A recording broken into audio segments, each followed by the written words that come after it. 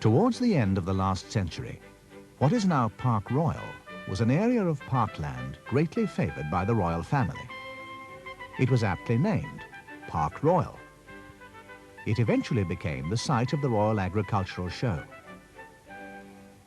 During the First World War, however, these idyllic origins began to give way to more practical uses.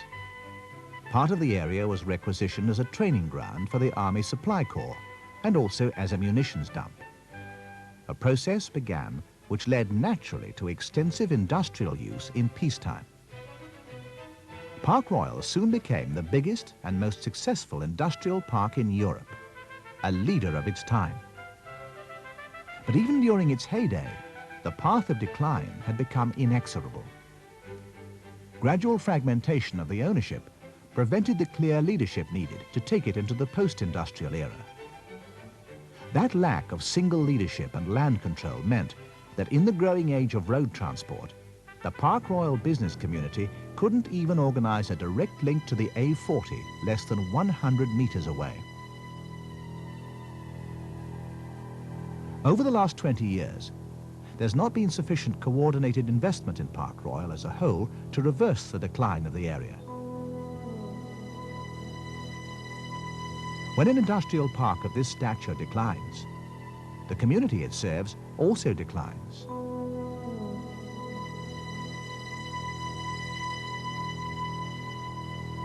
The biggest business estate in Europe, in one of the most thriving cities in the world, has become an industrial and environmental backwater.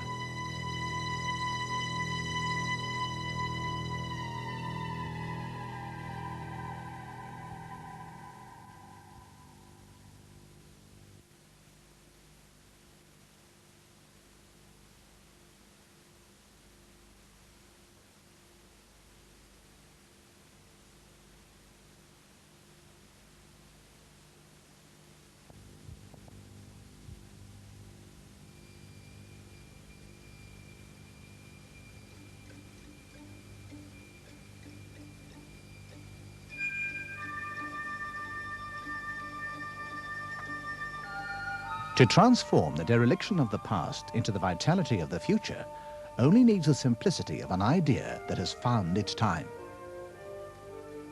Park Royal, a great industrial site of the past, is at just such a moment in its historical cycle. Within 5 years, we will have completed the first phase of transforming this bleak and barren cityscape into a prime working location for the 21st century.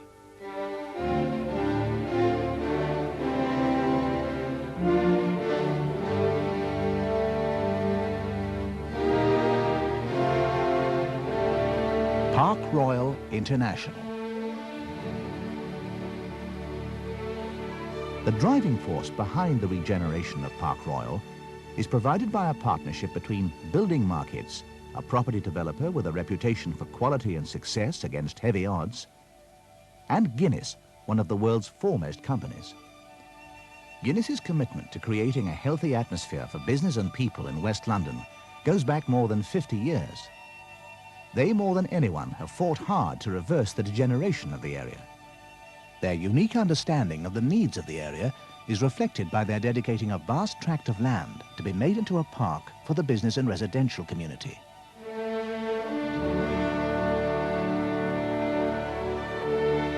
Building Markets combine vision, commitment, and a meticulous eye for quality in their developments. They build every project as if they were building it for themselves, making painstaking efforts to match building styles to the environment. At Badminton Court in Amersham, for example, they've restored an 18th century brewery right down to the cornicing. Britain, as a nation of builders, has proved that it can build developments on the scale of Park Royal. But by using materials with a permanency like brick, Building Markets can build a business and industrial park that will be just as fresh and vital in 50 years' time. We live in an age when companies demand the highest quality environment, both from a building and from its surroundings. At Park Royal International, the idea embodied in a single scheme unites the needs of business, environment, and people in one organic master plan. The scheme revolves around 6 major land uses: commercial offices, B1 class headquarter buildings, shops, traditional industrial, hotel and leisure centre, and residential, each designed with a sense of balance, harmonious use of space, and a commitment to innovation. The centrepiece is a crescent of offices focused on the new approach road from the A40. Reminiscent of Bath or Regent's Park, this gateway of monumental character will provide a worthy statement of permanence and integrity to the development. The buildings forming the crescent are laid out either side of a central concourse designed as a galleria, providing the main access to the offices. South of the crescent, and positioned alongside the railway line, will be the Parkview buildings. These offices will have extensive views over the gardens. One building in this group will span the railway and provide a link to the development opposite.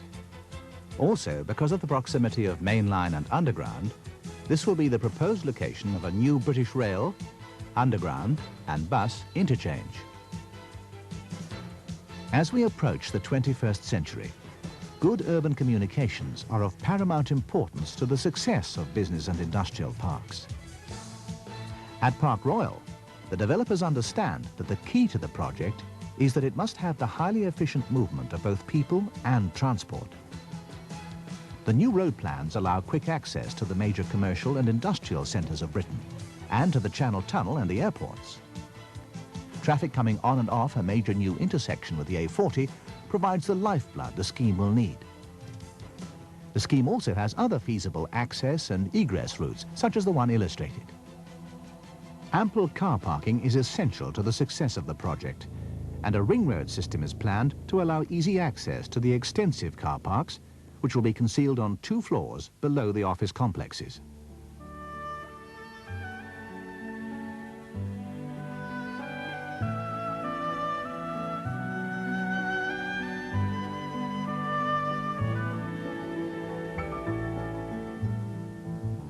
Landscaping is a strong feature, taking as its central theme the great landscaped gardens of the Far East.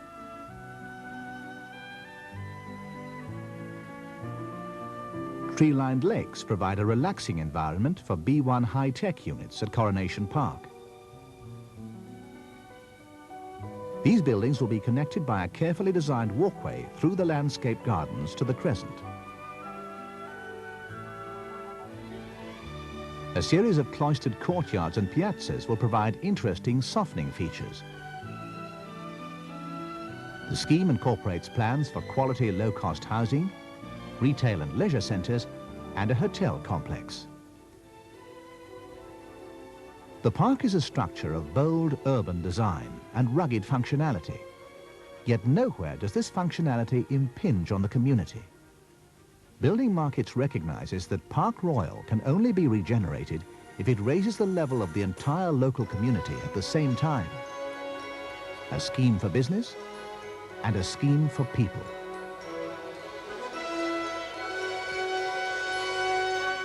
And so, from rolling fields in the last century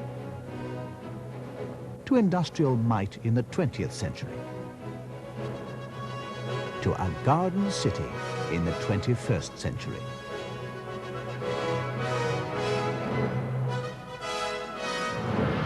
The new Park Royal International.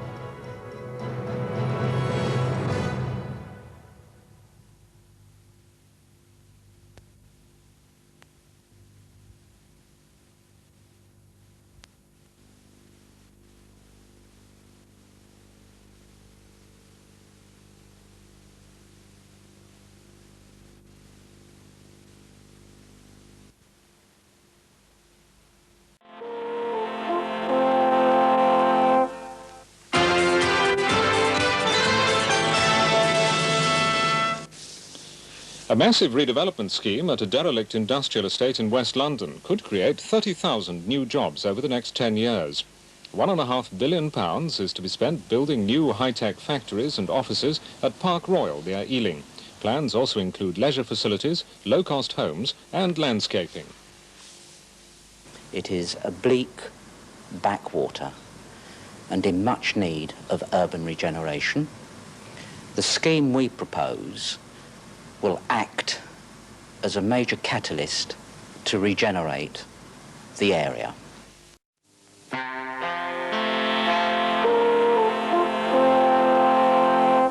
This is Thames News from London.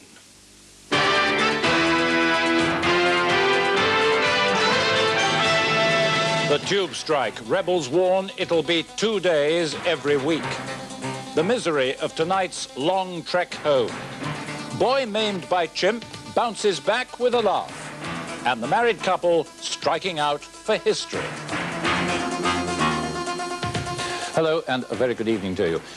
Plans have been announced to bring 30,000 new jobs to West London. Developers have promised to invest £1.5 billion in a 120-acre industrial estate at Park Royal near Ealing.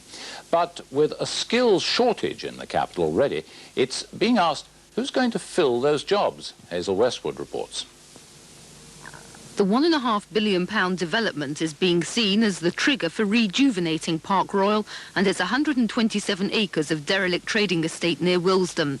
The site, once known as Europe's largest industrial area, is now a tired backwater. The plans unveiled today state that the area will be London's last major development.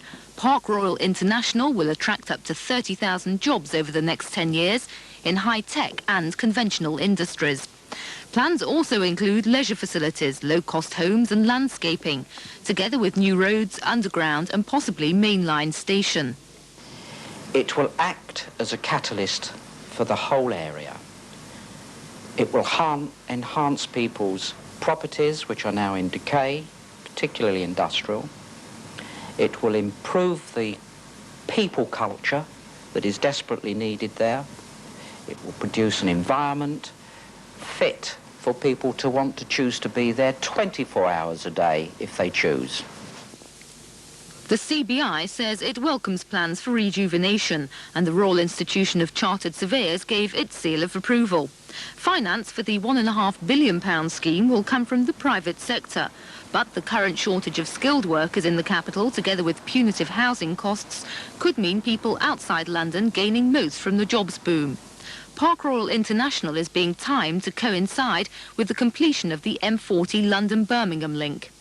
The Western Avenue will become part of the Birmingham motorway, and this will bring in many other possible employees from distanced areas.